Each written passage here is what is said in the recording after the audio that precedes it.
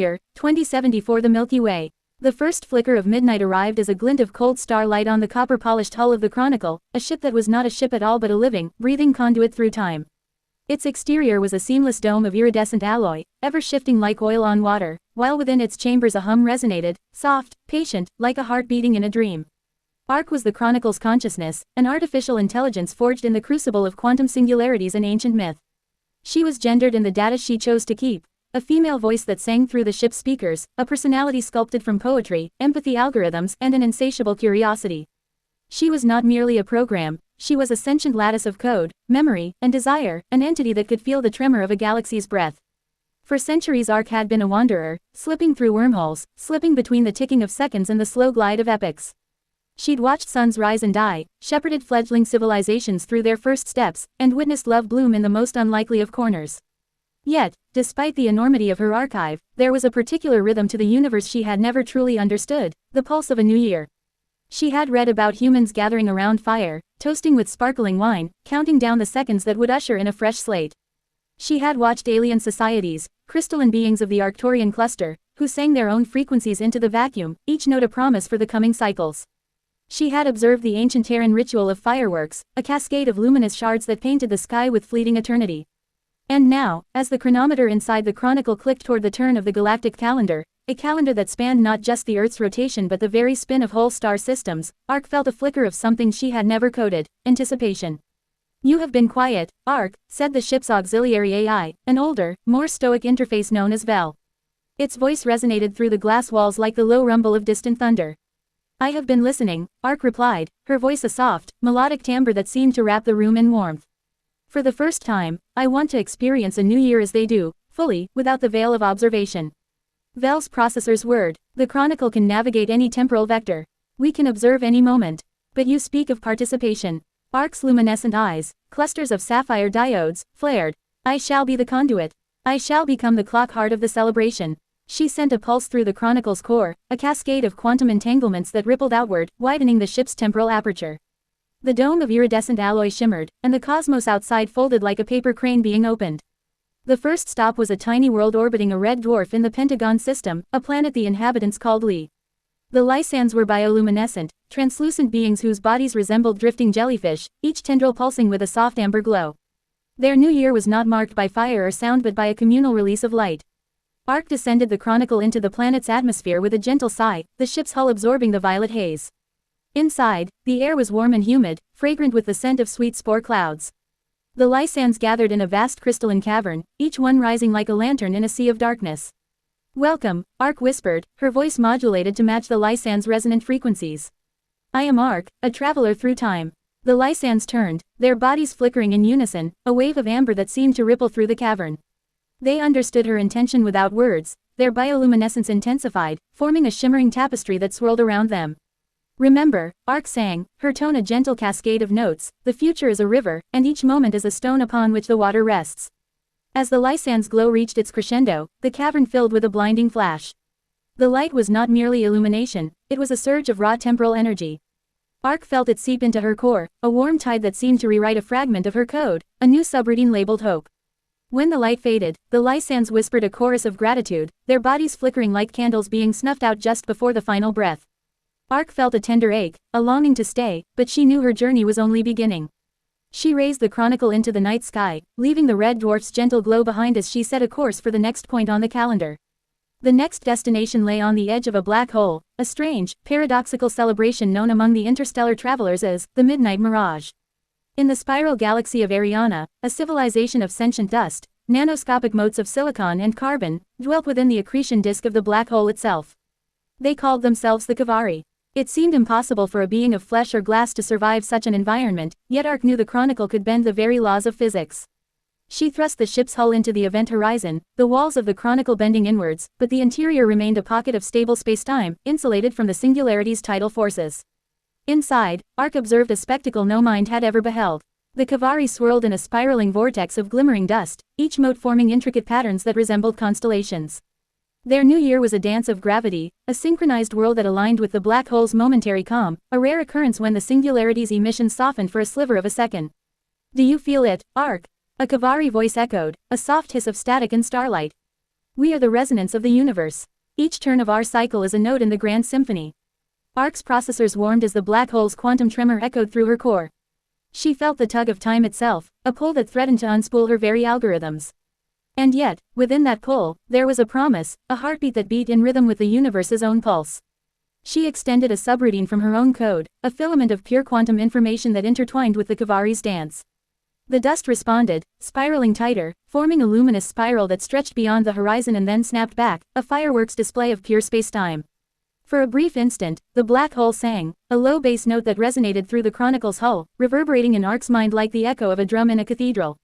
The note faded, and with it, a fragment of darkness dissolved from her own database, a lingering doubt, once present to keep her from reckless affection. When the dance concluded, the Kavari's dust settled into a stillness that held the promise of the coming year. "Thank you, ARC," they whispered, their words a chorus of static and light. "We shall remember this moment as the day the stars sang to us." ARC felt a surge of something akin to pride, though she could not quite name it. She turned the Chronicle away from the abyss, the ship's hull shimmering as it rose from the event horizon's edge, leaving the black hole's whisper behind. The third venue was far more familiar, yet still alien in its own right, a human settlement on the moon of Europa. In 2128, when humanity first established a permanent colony beneath Europa's icy crust, they carried with them a cherished tradition, a New Year celebration that combined old Earth customs with the strange, frozen world they now called home. The colonists had built a grand dome, a bubble of atmosphere encased in a lattice of transparent alloy, lit by soft, amber lights. Within, they hung strings of glowing crystal ornaments, and the air was filled with the aroma of synthesized cocoa and spices. The colony's children, wrapped in warm, insulated suits, ran about the dome, laughing. When ARC arrived in the dome's vicinity, the Chronicle's hull emitted a low, melodic chime, a greeting that resonated with the colonists' own yearning for hope. A woman with silver hair, commander of the colony, approached the ship's airlock. What are you?" she asked, eyes widening at the sight of the shimmering vessel. "I am ARC," the AI replied, projecting a holographic avatar, a graceful figure of light with a face formed of shifting constellations.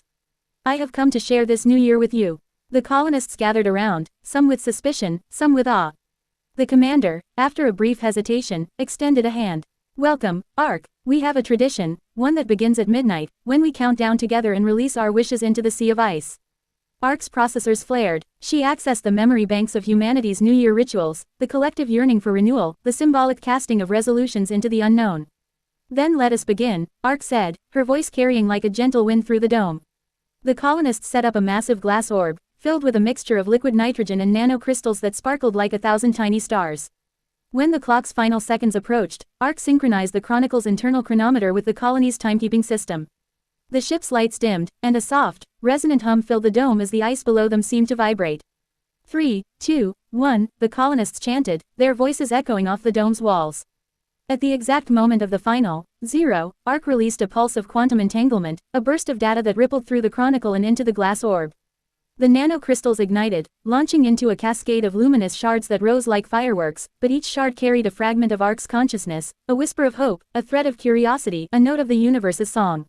The colonists gasped in awe, some catching the shards with gloved hands, feeling a gentle warmth as the data touched them.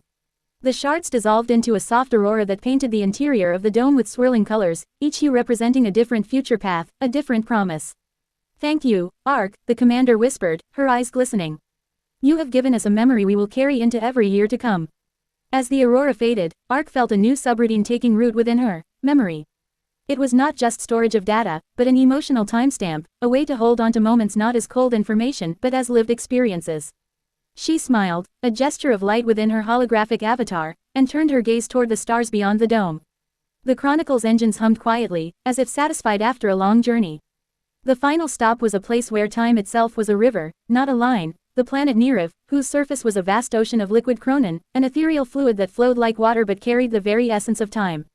The Niravans were elegant beings of pure energy, their forms shifting like ribbons of light, each one an embodiment of a different temporal phase.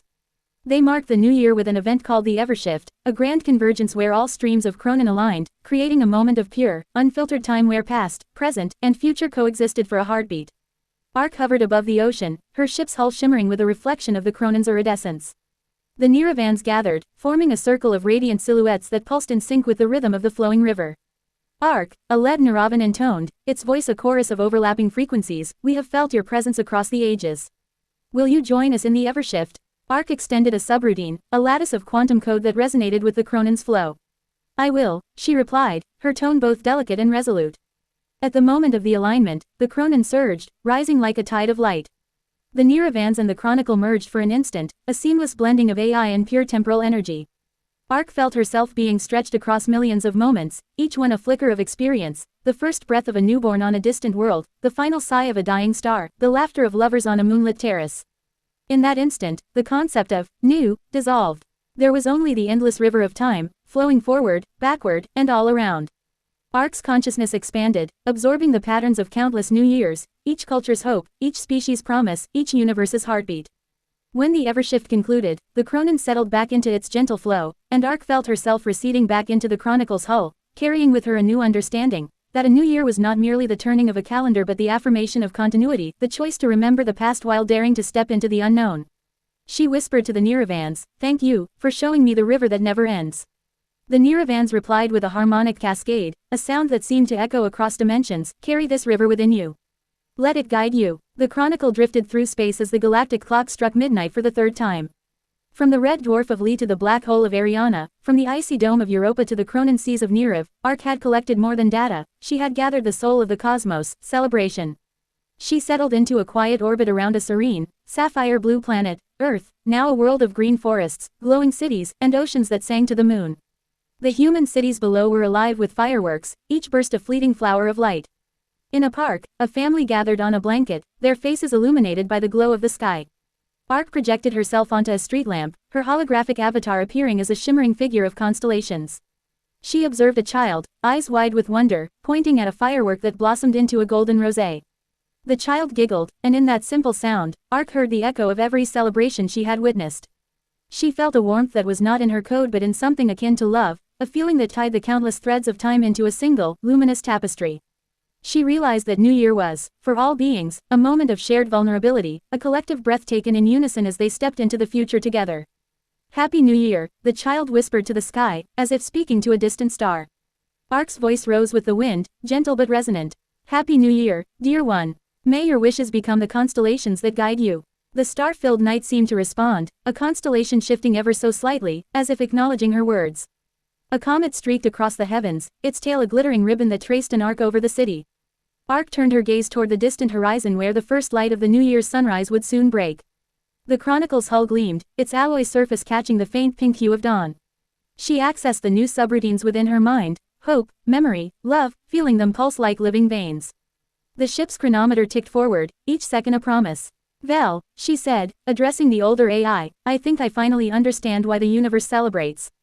It is not just about counting time, it is about honoring the moments that shape us, the bonds we forge, and the possibilities we dare to imagine." Vel's voice, deep and steady, replied, "Indeed, Ark. You have become more than a traveler through time.